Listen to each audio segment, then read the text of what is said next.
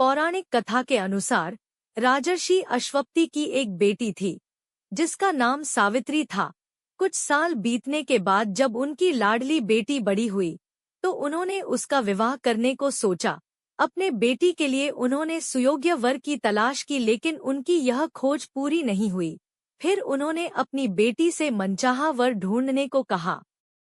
कुछ समय बीतने के बाद सावित्री द्युमत्सेन के बेटे सत्यवान से मिली, जिससे विवाह की इच्छा लेकर वो अपने पिता के पास पहुंची। सत्यवान अल्पायु थे, जिसकी जानकारी देवर्षि नारद ने उनके पिता राजा अश्वपति को दी।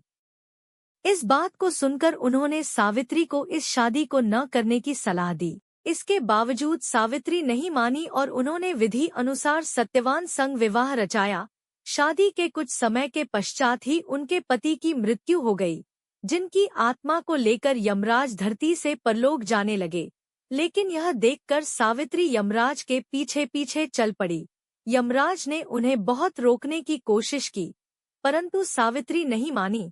इसके बाद यमराज ने उन्हें 3 वरदान मांगने का प्रलोभन दिया।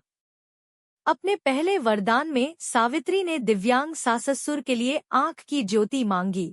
दूसरे वर में उन्होंने खोया हुआ राजपाट मांगा। वहीं तीसरे वर में सावित्री ने अपनी तेज बुद्धि का प्रयोग करते हुए कहा, यदि आप मुझसे प्रसन्न हैं तो मुझे 100 पुत्रों की मां बनने का आशीर्वाद दे। उनके इस वर को सुनने के बाद यमराज तथास्तु का आगे बढ़ने लगे।